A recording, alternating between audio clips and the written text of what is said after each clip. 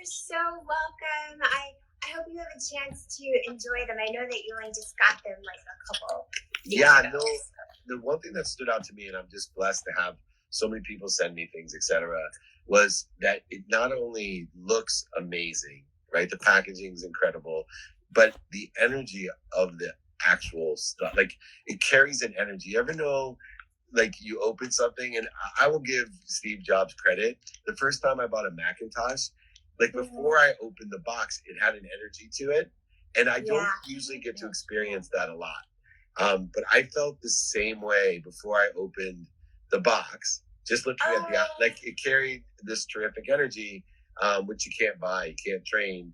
And I just want to say congratulations, because it's amazing and you're amazing. And I had to have you on to see, give me a little bit of background on how you built the company so far. Thank you so much, David. And I can't tell you, first of all, thank you so much for having me today. I'm honestly so honored and so grateful. And also, I appreciate your words, because that means a lot when you talk about the energy that comes with the package. Obviously, with my background, I obviously do Reiki work, and that's in everything. And that's something that might not necessarily be something that everyone can connect to. But I think it's really the passion and intention into the creation of the products, and you really feel that. So I have to ask you one question. I got to ask you one question real quick. Yes. So we talk about passion and intention, and I think when I talk about intention, a lot of people get confused. And I talk about it as an aggregate of what we think, say, do, believe, and even some of our unconscious competencies. But I love to share with other entrepreneurs, like when you say people get passion, but when you put your intention into what does that mean? So, an example that I always use with people is, we talk about a gratitude list, right? We talk about and a gratitude practice per se. And when we get up in the morning or we go to bed at night, we kind of connect to something that we feel very grateful for. So when I talk about intention, I'm saying connect to that feeling that you have of gratitude, whether it's for your family, for your dog, for your loved one, whoever it is. But when you connect to that feeling, I want you to feel it viscerally, like you feel it physically. It makes you smile. You get these warm feelings inside. Take that feeling, and when you put that, when you're talking about intention, that's that same level of. That's that same energy of gratitude, of grace, of passion that you're driving towards something that you're doing. Maybe it's a PowerPoint. Maybe it's a product that you're creating. Maybe you're focusing on the meeting that you're going to have, the deal that you're going to close. Whatever it is, that's how I try to explain to people. This is how you can really drive intention and put that energy behind what your goal is. It almost has to be something tangible, especially for the people who can't connect to something that's not tangible yet. And then one of the counterintuitive things when you talk about passion and intention is patience, right? I am trying to help people. I'm a ferocious Buddha, so I have like huge passion, huge intention, but through my experience, I've learned to have allowance or patience, which is, counterintuitive, sometimes counteractive to intention is patience. How do you balance or effectuate the blend between being a ferocious, entrepreneur and being so Buddhist and Zen about allowing it to happen? Well, David, that's a great question. I think what I've learned in my journey, and for those of you out there who I haven't yet connected with yet, my journey into wellness began with my parents having had cancer. My dad was diagnosed stage 4 when I was in college, and he was with us for a short time. And then when he passed, 2 months later, my mom got cancer, and they were both in their 40s. So that's, kind of where the driving force of my passion comes from. And when I went into this and decided, okay, I'm going to go to culinary school, I'm going to do this, I'm going to do that, my focus was, I feel like there's another way. People shouldn't have to suffer, whether or not it's the people who are sick or the people who are caretakers, your loved ones. And I also knew that I didn't have like an exact vision of how I was going to help these people, but I knew that this was in my core. And so I think that for me, always connecting to my why, like what am I doing this for? What is my purpose? And it's all for me rooted in service. It comes from the heart, it's rooted in service. And so when I do get frustrated sometimes, or when we get stuck, right, and things don't work out, and you want to just get there, you want to just to be able to deliver, I kind of take a moment to get centered into why am I doing this? And then that why helps me to sort of like peel back, be present, and then say this might be part of that process. This step right now that I don't like, or maybe that I feel like is holding me back or slowing me down, there's probably a reason for this step. And then it allows me to kind of go into it and then see it beyond the surface. And so I feel like that's a learned thing. Obviously, it's not practice. That's first year of practice, because there's always another layer, and there's always another lesson, and there's so much power in that surrender. Or whether we call it patience or Zen or Buddha. It's really that you're surrendering to that which is outside of your control. And then like, what is it that I can learn here? What is it that I'm not seeing because I'm only looking at it at like surface level? Amazing. Now I'm going to ask you a question. You don't have to answer it, but it's out of my curiosity. It's a little bit more challenging question. But when I meet people whose parents pass close together of similar diseases or wellness stuff, and then someone's in wellness, where do you see the interrelationship between people that are intimate with one another, that are completely closely relative to one another with a disease like that? Do you think they're at all related, or are they completely separate? Like I said, I know it's a personal question, but I'm always curious, someone with your enlightenment, how you perceive that. My grandparents had the same thing happen, but after 62 years of marriage, my grandfather was completely healthy. And when my grandma passed, he died within 6 months. Yeah. And so I was wondering how you perceive that relativity of wellness between two people that may have separate embodiments. That's a beautiful question, David. And I'm so glad you asked it. And thank you for that and giving me an opportunity to share my feelings on that. I think they're completely related. And that's, that first step in my journey that I didn't put together until the later half of my career, when I started to really dive into spirituality and now merge into my practice of culinary alchemy, that nutrition, what feeds the physical body, and then obviously that energy, that intuitive energy, the Reiki that feeds the energetic and spiritual body. So my dad was 45 when he was 48 when he passed. My mom had no history of cancer in her side of the family at all. Even to this day, her siblings, no one has cancer. And I would say that it absolutely had to do with stress. Stress is that like giant X factor that can be the root of so many different diseases, ailments, illnesses, whether they are mental, emotional, physical. And I absolutely think that was the core reason, because she had a rare form of ovarian cancer. There were only case studies before her. It was almost like experimental, the way we decided to treat it. And it was rapid growing. But when she had to have the tumor removed, they can date back to when the tumor started. And it was right when my dad was at his sickest and dying. And so I absolutely believe that it's totally interrelated, but that's why really that mind, body, soul, we always talk about mind, body, spirit, mind, body, soul, but what are we really talking about? It's the words that people use. And you can be in the best shape of your life and you can eat all the right foods, but are you also nurturing your energetic body, your spiritual body? Because in order to really have that health and that balance, it has to be a balance with all of them. So that was what was lacking during that time for my mom, because my dad was so sick. But it was also what was lacking within me for many years, because I just focused on that nutrition. I focused on the physical body. And I had several surgeries myself.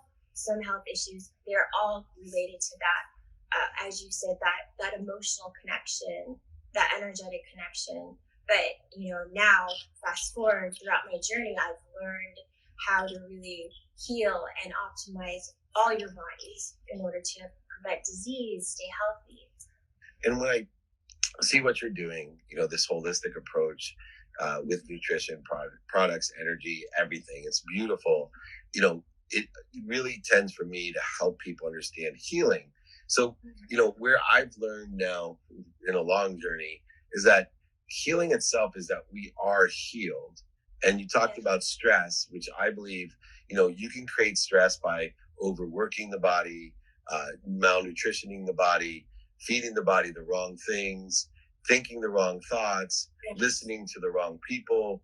And all of these things, if you think about like source, the light, the love, and the lessons that exist in this abundant universe, and we now strangle, right, this source.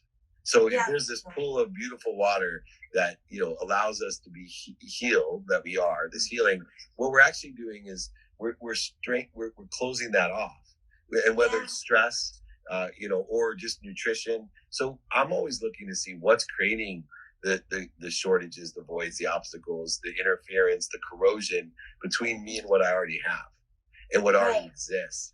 And when I see what you're doing, nutrition wise, energy wise, product wise, to me, I see like Mr. Clean, where you're cleaning the connection, right? All the things that you're doing in a holistic approach. Am I way off base, or can you adjust what I'm saying to align with really your intention? But that's the way I see it.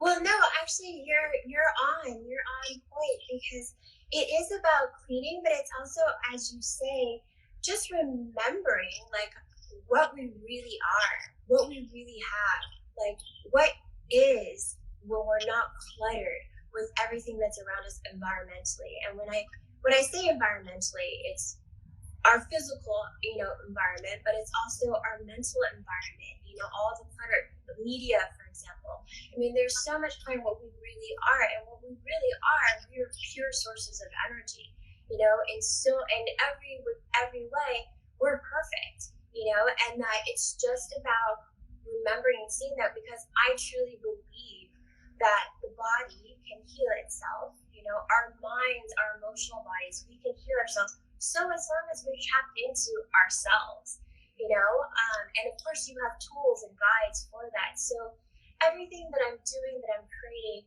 is in a lot of ways to help clear that clutter, because that's what pranic healing and Reiki is, just clearing that clutter, and then just kind of bringing back in what you really are. So whether it's energy work and bringing in source energy, or if it's the coaching and the mindfulness, and it's just, or these tangible tools that we have that just remind you of like where you really are in your sovereign energy and what you're capable of. So you're very much on point. I love the words that you use, because people don't think about the simple words that we use, like remind or remember, right? The word remember itself indicates that we're all one thing, and that we're coming together. We're remembering all these things. And remind, to me, is to re-engineer our mindset, to remind, and forgiveness to me is so crucial in the remembrance and the reminding of who we are and what we have and where we come from and what we're connected to. What is the significance to you of forgiveness within the process of all the different things that you're working on? It seems forgiveness is intertwined to allowing you to utilize the things that you're creating. Yes, well, when I think of forgiveness, I really think of compassion. I'm thinking of compassion and kindness that you have, not just for others, if you feel that you need to forgive someone else, but it's that you have for yourself. So that's what forgiveness is to me at the end of the day, is really having compassion. And when you have that level of compassion, you're able to kind of expand what it is that's right in front of your face. You're able to see things from a different perspective. And it really kind of neutralizes any type of like heightened emotions, heightened thoughts, stressful thoughts. And it kind of, again, just brings you back to your center. So, I would say that especially when I'm working with people, I would say that the number one person in their life that they have to forgive is themselves. It has to all the I should have, what ifs, I wish I had done that, I'm too late for this. There's a lot of that kind of self-punishment. And so forgiveness, I would say, is absolutely a key component in the journey. And that's really just about having some kindness and compassion for yourself and for others, because when you remind yourself that we're all connected, we're all coming from the same place, we're all going to the same place, we're all made up of the same things, it again kind of gives you that perspective. And I feel that it actually gives you an internal strength. You just kind of like go back to what's right here in your core.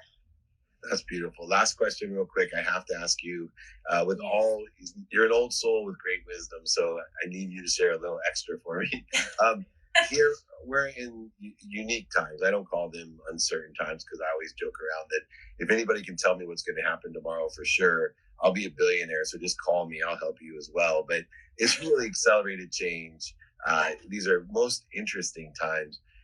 Through that, I'm always looking at the pain as an indicator that there's lessons to learn. I would love for you to share one of the lessons that you've learned in the pandemic that has come about that you really weren't aware of.